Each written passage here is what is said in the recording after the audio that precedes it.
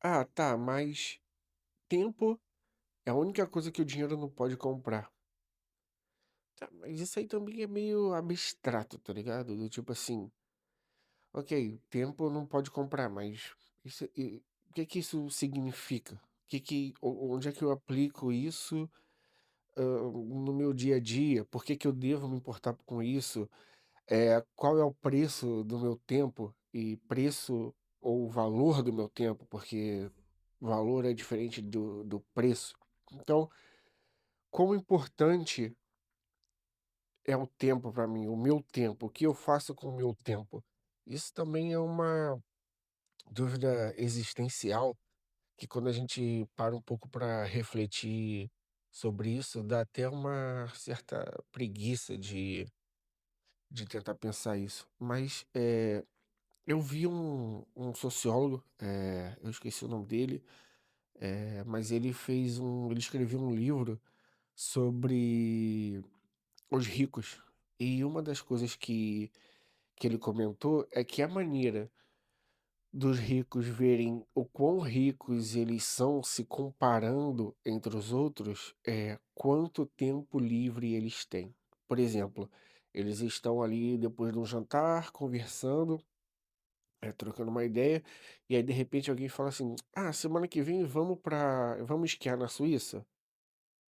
A partir dali, eles criam uma ruptura nas relações, dizendo assim: quem é rico o suficiente para ter tempo, porque dinheiro todos ali têm naquele jantar, mas quem tem tempo livre suficiente para decidir fazer uma viagem para a Suíça em uma semana, esquiar durante algum tempo e depois voltar para o Brasil.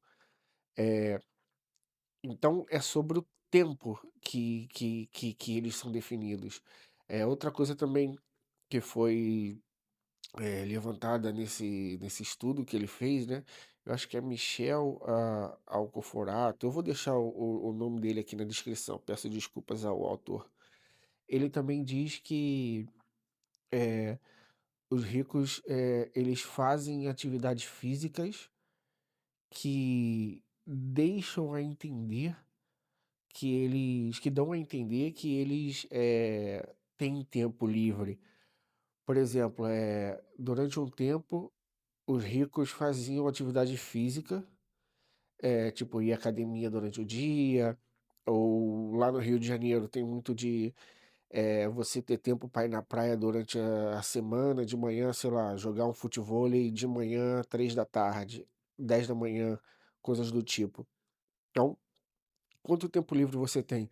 Conforme a classe média e baixa começaram a se interessar por atividades físicas, os ricos começaram a migrar de atividade. Ou seja, atualmente, a classe média já, por exemplo, agora está se envolvendo em corrida.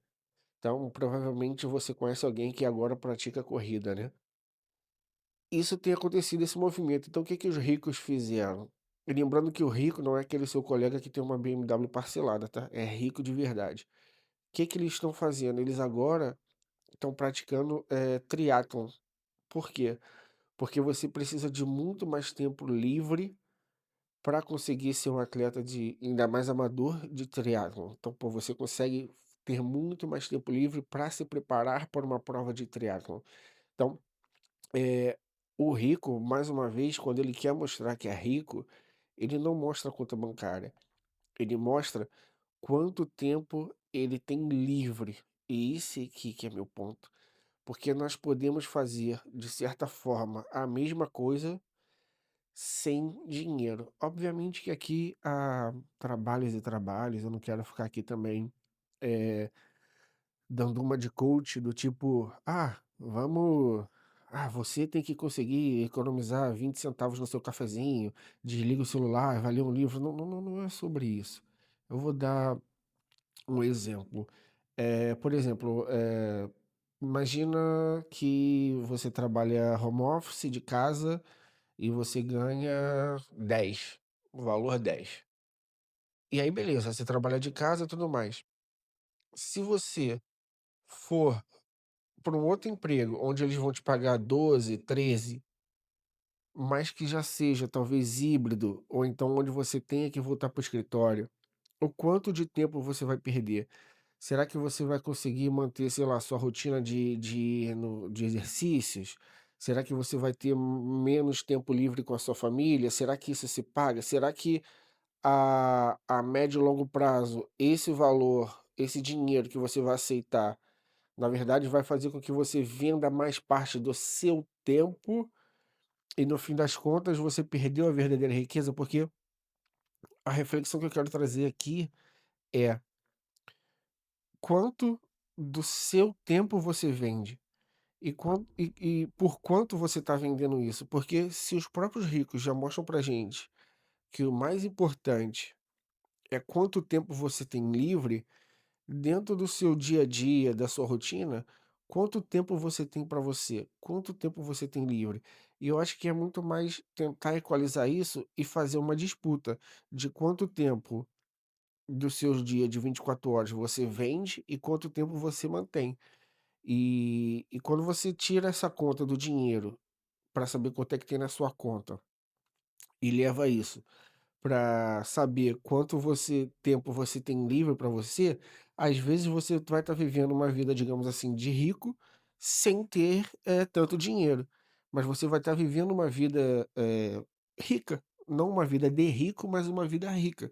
Porque afinal de contas, como eu disse lá no começo, o dinheiro é é a única coisa que a gente não consegue comprar.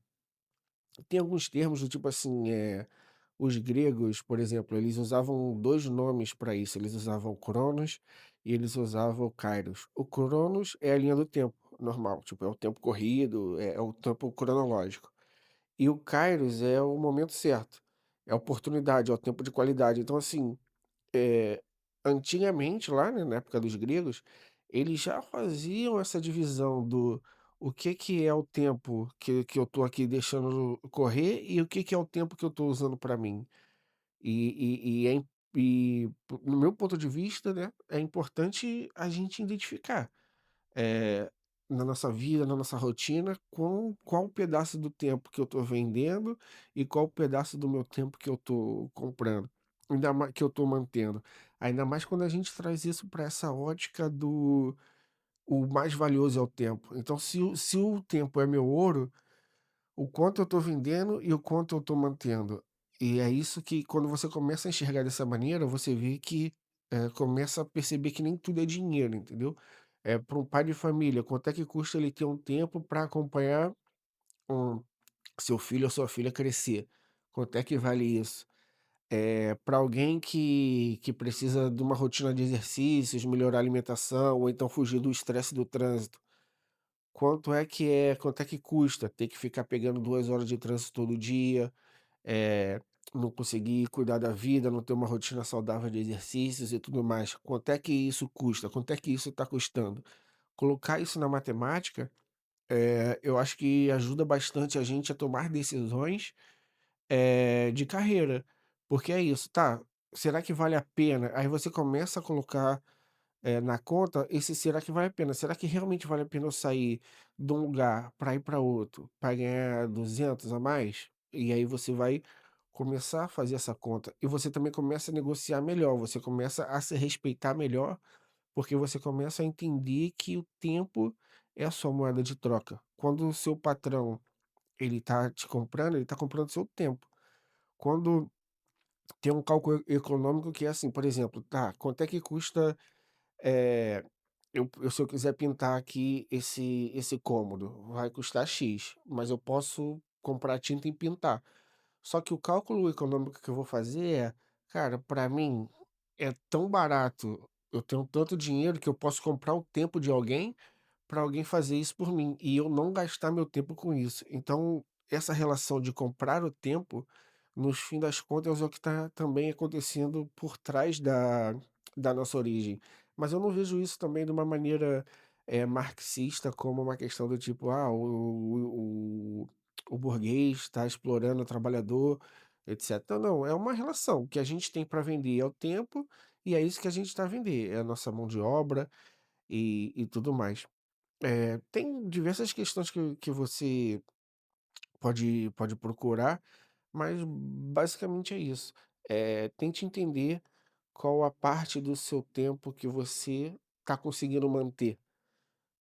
E aí eu acho que algumas coisas podem mudar com o tempo. Ali